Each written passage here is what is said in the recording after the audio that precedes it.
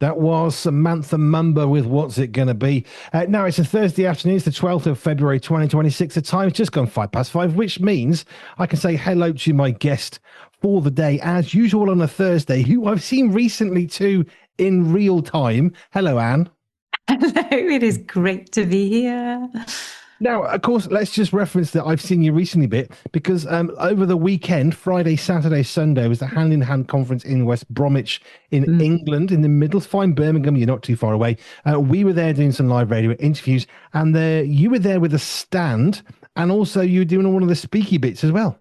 I know, I had a great weekend. It was so lovely to see you there. It's like, oh, I love seeing people in the flesh because it like living in Jersey, like obviously there are my friends here, and my colleagues, but to meet people that I connect with on Zoom, to see them, in real time is really lovely. Yes, just to be clear, there are other people on Jersey, but there are more people elsewhere too, funnily enough. Yeah. Now, we got to meet your cheat at the conference because you had a baby on the stand who had no socks on at one point. Ollie and Helen Goldenberg, they're the people that are managing all the amazing people that make Hand in Hand happen. And Mhm. your stand was a lady called Rachel. Rachel brought her baby Lydia, and Rachel was doing something to Lydia, I think perhaps nappy change because it's a little baby, and then took the socks off. And as Ollie pointed out, that's cheating in terms of getting people to your stand. 3-month-old baby, no socks. Really? That's one way of doing it. Oh, she was just a blessing. It was one of those. It was like because it's my first conference doing this with Hand in Hand, and shout out to Ollie and Helen for a remarkable effort of just drawing folks around the country for that was just super. But they said to me, knowing that it was my first time exhibiting and speaking, you probably would appreciate having someone else on your stand. So I'm thinking, who am I going to bring over? I'm not bringing anybody over from Jersey. And there was just like, I put it out there. Anybody in the UK want to come and help me? And Rachel, bless her, she's been involved or she's been connected to me. I'd never met her before. But she's been connected to sensory health services, to Santé for some time, and she was just. She says, "Yeah, I can manage it. I've got a 3-month-old baby. Is that okay?" And I said, "We would love that." As you say, it was a beautiful draw. But goodness me, how beautifully stable and secure is their relationship. And so little one was just fantastic. And it's a lot. I mean, talk about sensory experiences. The overload and the overwhelm in that place was significant. But it's one of those occasions where you just think this is so good that I'm gonna roll with it. I will need a day or two to recover, if not three. But it's so good. I can still get on and do my normal stuff because I've got a pretty good sensory processing and integrative state, and my sensory health is pretty good. But it was tiring, but wonderful just to be able to talk with people and share and hear and to be able to offer support and say, look, you don't have to struggle on alone. This is the whole point in me being here, is that there are solutions to the issues that you're facing, either in your church or as a person. There were loads of people who came up to me who said, well, actually, I think I'm autistic, or I've now got my diagnosis, or yes, I really struggle with this, or I can't keep quiet in church. What can what can we do about that? So to have those conversations was just brilliant. We discovered a new thing. So when we're doing our interviews, of course, we don't charge. Just that's not how this works. However, in the middle of an interview with Bob from Rural Missions, Helen Mm. comes up to the stand and says to Stephen D, who's kind of managing all the guests coming through, is it okay if I interrupt them? I know they're on air, but can I offer them some cake? To which Stephen said, well, sensibly, yes, you can. Because seriously, I'd have had real chats if he'd have said, no, you're not taking cake. And so she presented us with cake on air, which then became a thing because we have a biscuit bandit in the house, which is all about Peter. He was given 6 biscuits to bring to the studio. Only 5 turned up. And as he came down, I'm talking on air about where's the 6th biscuit? Like, this is terrible. And he's got a face full of biscuits, like, there's the biscuit bandit. So when Helen came up with the cake for us to have, I thought, hey, we need a cake tax for future guests. Yes, I'll talk to you if you bring me some cake. So we had some fun But with how that do you one. talk? My first thought was how do you do radio when you've got your mouth full of cake? That's where I was a bit confused about why you would actually want cake. I put it to one side until I finished. Okay. So the reward comes afterwards. Okay, get The it. reward comes afterwards. It was a really good conference, in different ways. We have learned, as obviously we're 2.5 years old as of doing radio. One of the things we learned is if it's a noisy environment, you end up speaking quite a lot louder. We understand that. Mm, When you're on radio, having to have a conversation with someone perhaps a meter away, because you don't want to get too much into personal space. One of the things we learned is we put headphones on so that the microphones are in a separate loop, so all you can hear is each other's voices in the headphones, which means we can talk at a nice sensible volume. The noise of the room is going up and up and up as 800 people or whatever it is start to come mm. through, and we're okay. We've got effectively not chosen, but nearly the same noise cancelling headphones, which enable us to have a normal conversation without shouting. Because otherwise, two things happens. One, you start shouting at each other. That's really, really bad. When you're shouting at people in a conversation, you don't have to be angry, but as soon as your voice is getting to that level of shouting, now you sound angry, even if you're happy, because you're trying to raise your voice. So that's never a good conversation. The second thing is you get a hoarse voice. Mm. My voice right now is amazing, by the way, compared to what it was before we went. But that's why we have that. So we've learned. And in the same context, if you're struggling with your audio processing issues in your ears or brain, whatever's going on, there are things you can do to help. So I guess we have become more accustomed to seeing people, not so much in headphones, but as ear defenders, because it blocks out some of the noise, not all of it, almost all of it, which means we can get on with the day. Yeah, I'm really pleased that they have become so much more normalized for anybody to use them. So you don't stand out. There are lots of people who don't like to obviously look different, just because the way society judges people very readily.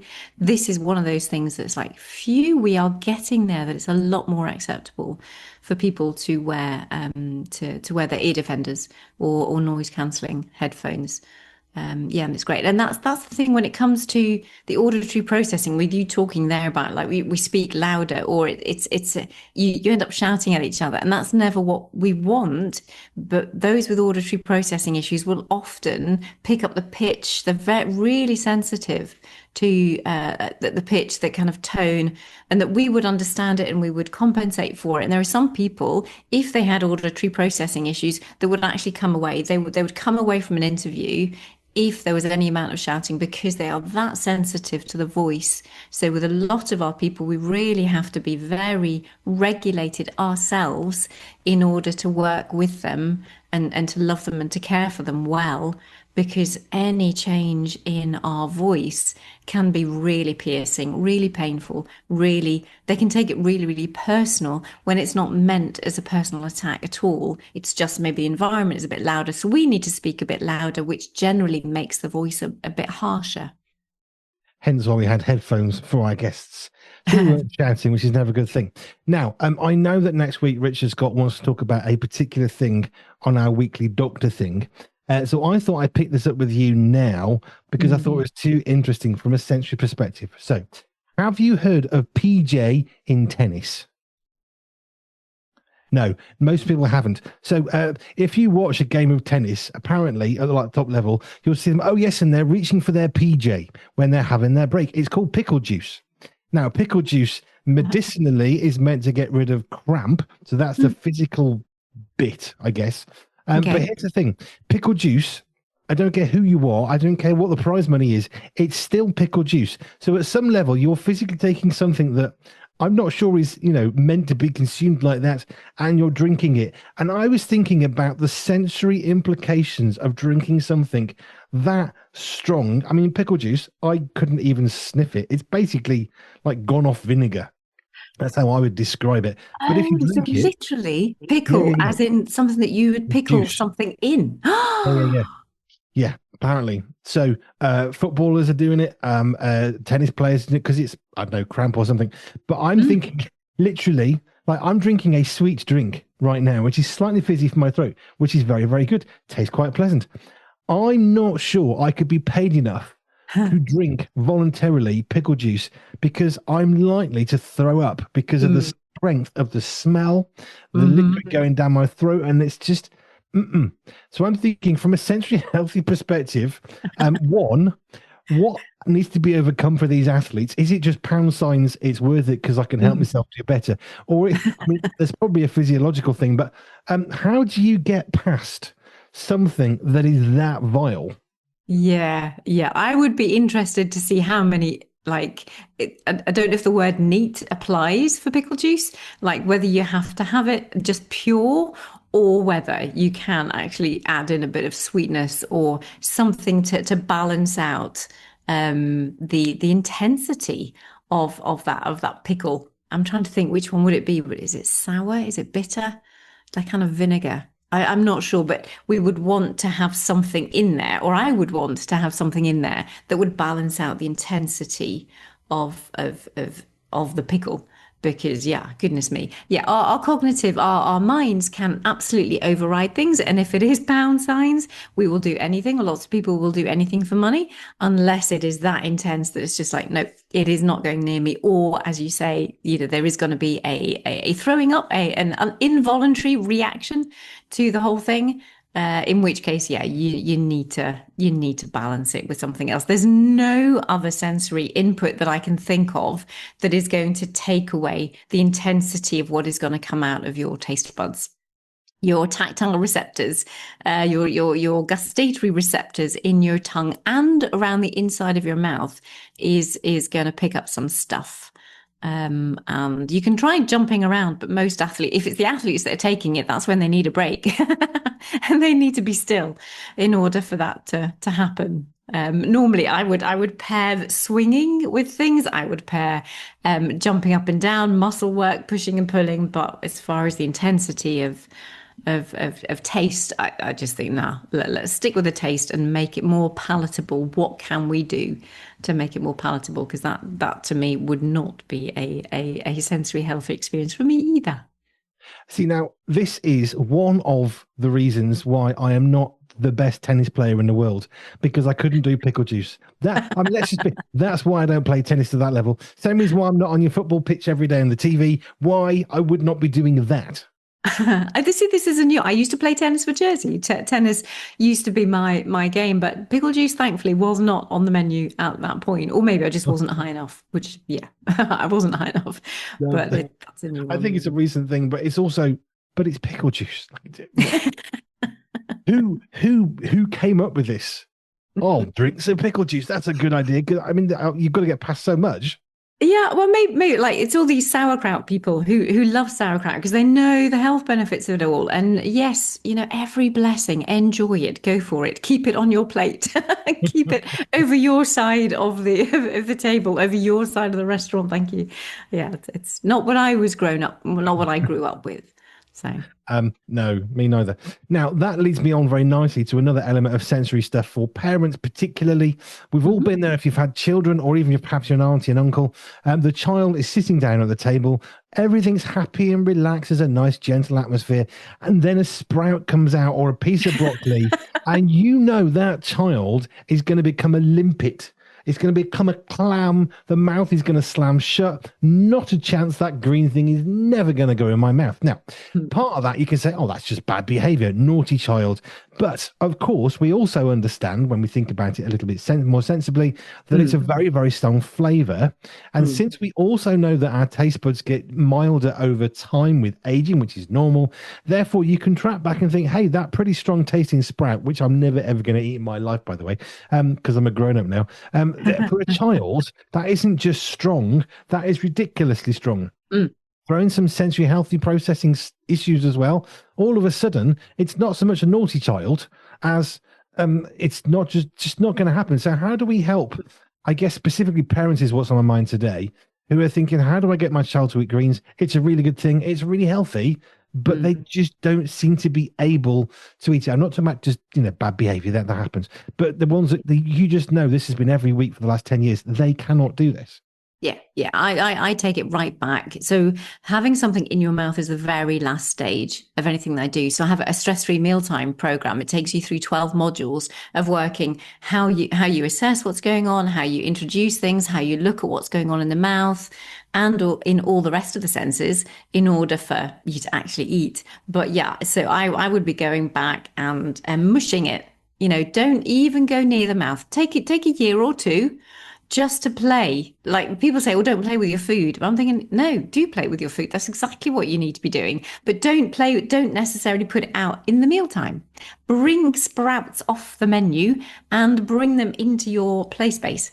So how can you squish them with your what's that bit of your palm? Can you thump them? Can you fist them? Can you make them move? Can you flick them?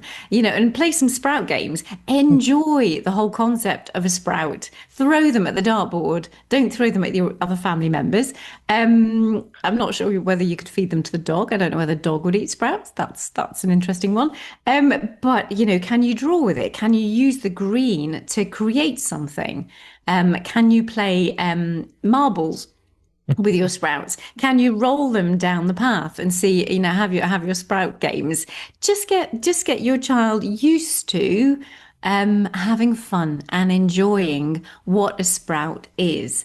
And there's a full process that I take people through to actually get it up to the mouth and into the mouth and enjoyable, but starting with it, playing with it. But I like having fun, and I think families should have fun. And I think if somebody's saying no to any food, accept that, and let's work back through the steps in order to get them finally able to put something in their mouth. But it starts with the hands, and it starts with the eyes, being able to see those and not having that aversive response that's just like, oh, yuck. We want to take the yuck out of when they see a sprout, which is where a lot of adults are at. It's like, no, yuck, not not touching that. So it's just like when they see a sprout, we want it to be, oh, fun. It's like, oh, yeah. And so there's a positive association. And then with a positive association, we can build on that in order for that sprout eventually, in its own good time, will be consumed. More likely to be consumed, I should say. More likely, and not in this household. We don't have sprouts ever under any circumstances for all sorts of reasons. Broccoli, good. But this is the thing: some of these vegetables are very, very strong tasting. Now, spinach is probably at the top end of stuff that's really, really strong. Parsnips might be another one that's quite strong. Looks like a potato, really, really isn't. I know, because someone tried to trick me one day and I almost threw up. No, never going to happen. Don't trick people. This is one of my biggest things as well. It's just like, if you've got something that looks like something, it should taste like something. The last thing you want to do is to trick people to eat anything, because you're more likely to put them off loads more foods. So don't hide things in your food. Don't trick people. You can blend foods up if you're not going to change the taste of something so much. So in order to get greens in, but certainly do not pretend that something that they do like, or there's something that looks like something that they look like a parsnip and a potato. It's like, no, make sure that they are different, and then you'll not put them off eating a potato. I haven't eaten parsnips since I was about 5, funnily enough. Wow. Somebody thought it would be funny to trick me. Yes. It's amazing how that works. Full times with a parsnip. Vegetables can be a tough one. I know lots of people. Mashed potato is absolute classic. Get your broccoli, mash it up, sprinkle it in your mash. Potato and salt, no one's going to know the difference. So there are things we can do, like you say, that's quite sensible. But they're not tricking people. That's not tricking is never good. No, we want to build on trust. So much of what we do, and so much of what parents need to be doing. I have my tiny little bugbears throughout the year. There are certain times of the year when society wants, parents to not be quite so truthful, if truth be told, about what is going on and who is arriving in their house and down their chimneys and coming to take their teeth, and all kinds of things that our funny little society thinks is a good idea. But it takes away the trust that can be built up between a parent and a child, because you want your child to be able to trust you, and that trust what you say, and that you are doing the best for them. There is maturity, but there's a lot of trust that can be broken in the process of thinking this is fun. Yeah. So foods is an interesting one. So one of my sons can't eat fish fingers. Never has been able to. Loves fish. Loves bits around the fish finger, can't eat fish fingers. And we thought, he's been sick. That's not exactly shocking for a child to see them throw up. Again, it's not exactly a shocking thing. But every single time we did fish fingers, although he enjoyed it, we always got to see it twice. And it's just, there's something about the texture, I think, because it's not the foods themselves. He's never, ever been able to process that. Not going to Mm. say which one, but they just were not able to. So, funnily enough, he never ever had fish fingers for the last 15, 20 years because it's not worth it. As much as he likes fish, we'll do fish a different way. We won't put it in breadcrumbs or batter or whatever you get a fish finger to be, because he just can't eat it. And why would Yeah. you say, well, eat it this way? It's good for you. Everybody else does. You should be eating this. Now we're just piling guilt. And do you know there are other ways to get fish and it hasn't got to be in a fish finger shape? Yes, absolutely. With all things, it's just like there's always, nearly always another way. There's always a way around something, or I'm always trying to find a way around. So we get the same end result, just the journey with which we take a family or take a child to a place is often different. But there's many routes to most things. Now, sprouts, again, if you're slightly older and more mature, you might quite like a sprout. But it's not the same for a child because your taste buds have now desensitized over age. They're wearing out. This is what happens to the body. So by the time you're in your 60, 70, 80, all of a sudden sprouts are the best thing ever because it's got a nice strong flavor. When you're 6, 7, 8, that Yeah. strong flavor can result in projectile things happening. Yes, I know. Okay, you could always try and pair it. I mean, just bacon. For some reason, bacon and sprouts seems to go really, really well. There seems, or adding that extra sugar. But then you're balancing up the taste aspect, that the bitter, the sour. You are balancing and rebalancing and readdressing and taking down that level of the bitter and the sour by adding so much more salt and the sugars. So you can caramelize sprouts and you can do all kinds of things for those who have a little more tolerance to be able to balance out that particular taste. But there are some for whom, yeah, it's still nothing's gonna override it. Nothing's gonna balance it out enough to compensate. You see, I've always said bacon makes everything better. If you provided me with bacon and sprouts, I'm going to eat the bacon. That would work for me. Yeah, but food's a funny one, isn't it? Because we have personal tastes and flavors and things we like and things we don't like. And depending on what country we're born in and raised in or have spent most of our time eating food in, they're going to have food very differently. In France, I was completely appalled as a 12-year-old the first time I saw steak in France and thinking, are you going to cook it at any point so it's no longer just blood? But that's normal. And all of a sudden you go into Britain and everyone says, well, you burn your steaks. So we've got different ways. Neither is right or wrong. They're just different. But of course, if you're not used to being in France, I know your mum's French, but for me, it was just, what can I have a cooked meal? I couldn't comprehend what had gone on. Yet it's quite normal. And you go to a different country, it'd be different again. And the things there are cultural, regional approaches to food and so on. But we do need to be conscious. No, the family were very good. They knew because they've been warned and told when the English come and you provide them with your steak, it's probably going to get rejected. Don't be upset. So they just wanted to see how far they could get away with it. It was quite funny actually in the end, but. They were very sweet with me because they knew that I was not going to be okay with that probably, and so they went off and cooked it another 3 times till I thought I was okay with it. But this is food. I would have struggled to eat that because it's just not what I'm used to. You can watch Bear Grylls eating bugs, whatever. Let's leave that one to one side. But normal foods. I mean, if you can't eat a sprout, hey, you don't have to. Just say it. Sprout. It's okay to leave the sprouts. You can have cabbage, you can have broccoli, and you can have different vegetables, and all of a sudden you're still getting a good diet. Thus saith Andy B. There you go. For those of you who don't like your sprouts, you have the permission. Oh, I just think they should take their sprouts and play with them. Like go and throw them at a darts board. 10-pin sprouting, that'd be good. You could get the parsnips, which are sort of pin shaped, couldn't you? Cut the bottoms off, make them flat, put those in little rows, and use your parsnips. It's vegetable 10-pin bowling. Parsnips and sprouts. I'm full of all sorts of sensible things sometimes. There you are. So food. I just thought it's interesting, the pickle juice thing, because it's a very strong flavor, which led me on to children specifically, because that is a particular struggle for children. It's going to be. I know it's one of the biggest bugbears. If you ever go to a restaurant, I've not been for years now, but if you go to a restaurant, there's always a family, and you just see the mum and the dad are just please eat the food, please eat the food, please eat the food, because they know it's going to be a battle. But if they're not eating it happily at home, they're not going to eat it happily in a restaurant where they have absolutely every option to make life even more difficult for you. So get it right in the home. It's the best place for the foundation. Yeah, and it's lovely with some of our families that come through the sensory super system as we take them through and get the assessment of why their child would struggle in a restaurant, not just the food, but the whole sensory environment.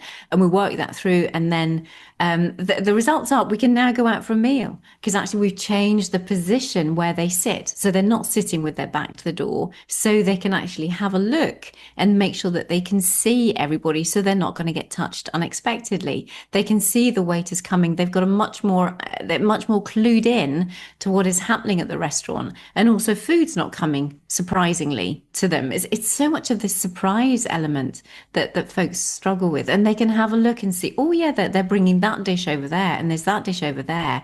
Oh, and their chips, oh radicase, they're thick chips, not the thin chips. I want the thin chips. So even when you think you're having your chicken and chips, the chips that were like, what does that mean? But when they can actually physically see someone else on another table getting the particular type of chip, or they want curly chips, or they can see that the curly chips are an option, then they can relax more into the experience of being at a restaurant, and they can control the sights and the sounds maybe a little bit more depending on where they're placed. They can plug things in.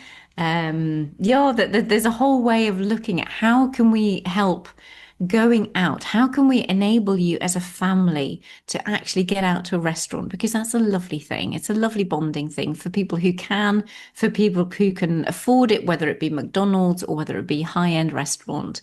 There's always little things that we can do to make life that bit better and help family life. You see, every time I have a sprout, which is never, I was always surprised. It's the surprise that makes me think, no, this just isn't going to happen. And I was also surprised just how utterly strong it was as a flavor. So sprouts not for me. Broccoli, okay, I'm all right with that. I like greens, I like other things, but see, cabbage I love with mint jelly. It's one of those perfect combinations that people think, what's wrong with you? It tastes great. I'm going to tell my husband that because he told me a story, and I'm sure he won't mind me airing it. But he used to take the cabbage off his plate when he was growing up, and used to stick it in his bedroom. So it was just like I don't know what happened to it, but he like him and cabbage is not a good fit. But maybe I'll go home and say, oh, we might have some cabbage. Andy B says try it with some mint. So Mint jelly yeah, is he good. has. What's that? Mint jelly. Mint Not jelly. not the mint sauce, but mint jelly. Ah, Something about the texture of the jelly against the cabbage makes it really, really nice. there you go. Something to try. I know. Was I going to say something else then? It's completely gone. Peas. I understand, Ivan, because I was always given peas. I hated the texture of the shell. I just physically could not get it down my throat. I just couldn't do it. And we had peas loads as a kid. And I always used to wait until I was abandoned with my plate of peas and I chucked them behind the cupboard because I was thinking I cannot eat them. To this day, I still can't. There's something about the texture. But of course, well, you're terrible. You're bad. You need to eat your peas. But I really, really can't. And there was something about the texture that was just, I couldn't get it down my throat. Tell me, how are mushy peas for you? Because I can't do the whole mushy pea thing because of the texture. How are you with mushy peas? Is that any better for you or not? I've never had mushy peas. I have petit pois, the little baby ones. They're quite nice. Yeah, yeah, With yeah. vinegar, very nice. Oh, so you take that in vinegar, just not too much. Yeah, just a little bit like normal, like vinegar you put on your chips in the UK. A bit of that on the peas, petit pois, not peas, and they're great. I like that. Huh. It changes the texture there because but the putty ones are quite nice. But the old-fashioned garden British hard pea, that one, I couldn't chew it, and it was just, bleh. And I waited till I was alone. And I used to chuck it down behind the cupboard. There you go. Oh, I think we've had some great conversation starters. I think for those who are driving home at the point at Emotional this point, healing. or have this on in the background. If you're cooking tea, then there's a conversation starter for you for sure. And if you find your children are starting to put things behind the cupboard and it's food related, blame Ivan for his cabbage or me for my peas. That's fine. We're grown men. We don't care. I suspect Ivan's lovely. Right. Anne, thank you. If you want to get hold of Anne and get hold of her, how to help your child eat food healthily thing, you can do that. She's got a church, Sensory Healthy Church program coming up as well. All of those things you can connect via our website, pure247radio.org, pure247radio.org/ALJ, and you can connect with Anne, Laure Jackson, and more. Brilliant. Kindly. Thank you.